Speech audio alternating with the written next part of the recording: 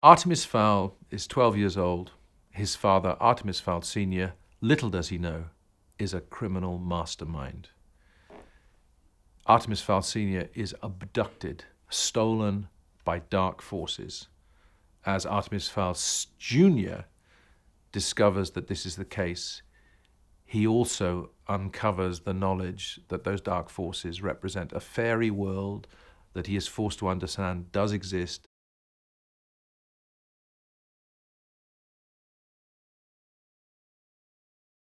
Aside from going back to his book and his original artistry, we went to him to speak about the way things looked, the way our fairy world appeared, its colours, its technology, the clothes that they wore, and we, whilst wanting to keep our objectivity, see if we could bring something useful to his story through being a sort of slightly separate set of eyes, we also included him every time we came up with a draft of the script, or a new development in terms of the look of the movie. And so we were shoulder to shoulder. Eoin wasn't there all the time, but he was, as he of course was fundamentally from the word go, a guiding light.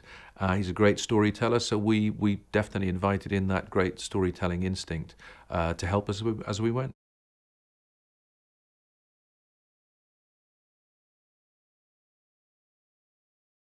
He was a hard worker, and very, very adaptable.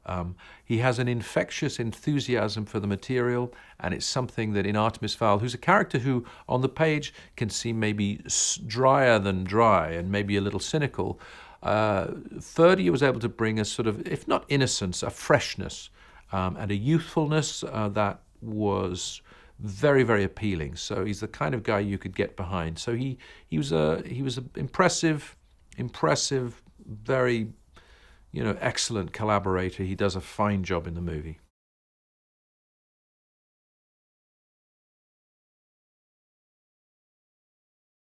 She could give you that sense of someone who took her job appropriately, seriously. She herself is a very funny and terrific gal, but you know that somehow she's had to be the leader. And so that sense in Holly of someone who is someone upon whom you can rely, with a beautiful reckless quality. I mean, she gets as passionate and crazed as Artemis Fowl does, so of course they're a terrific pair for each other. And so she felt like she had very, very complementary qualities to Ferdia, and their relationship is absolutely the center of the film. And she, like him, shared a strong sense of humor, very, very applied, hardworking person. She, even more than Ferdia, needed to do stunts and action, so she was flying and twirling and twisting and jumping and fighting and all of those things. So she had terrific physical dexterity, which she put to good use, and again was able to knew the novels well and was able to be serious about the detail of it, but also know how to have fun with it.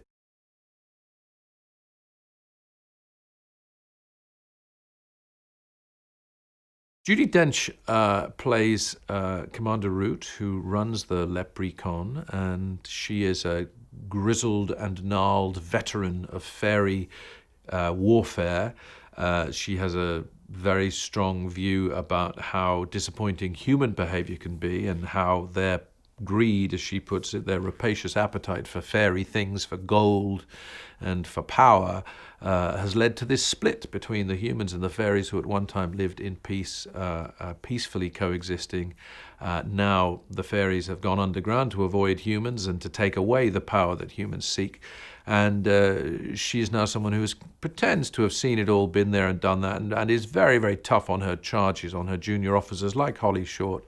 But we see a very intelligent individual, somebody who deals with the politics of being in the fairy command structure, but also likes to be on the front line, likes to get out there and do things, sometimes because she doesn't trust those who are underneath her and to whom she delegates, and sometimes because she just likes to be in the middle of a fight.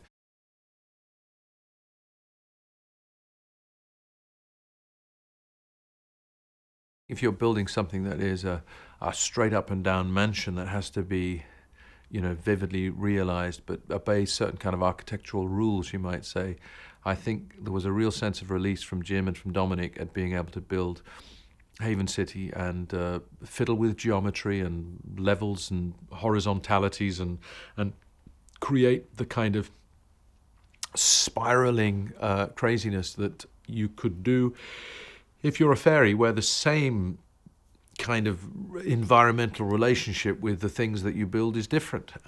So I think there was a beautiful sort of a double vision in the art department. There was the architecturally pure, and then there was the magically inventive. And I think to go from one to the other was a terrifically kind of joyful experience. And maybe it was left brain, right brain, I don't know, but one way or another, I felt that to do two such vastly different but really substantial pieces of set creation was very good for the movie and produced great creativity from them.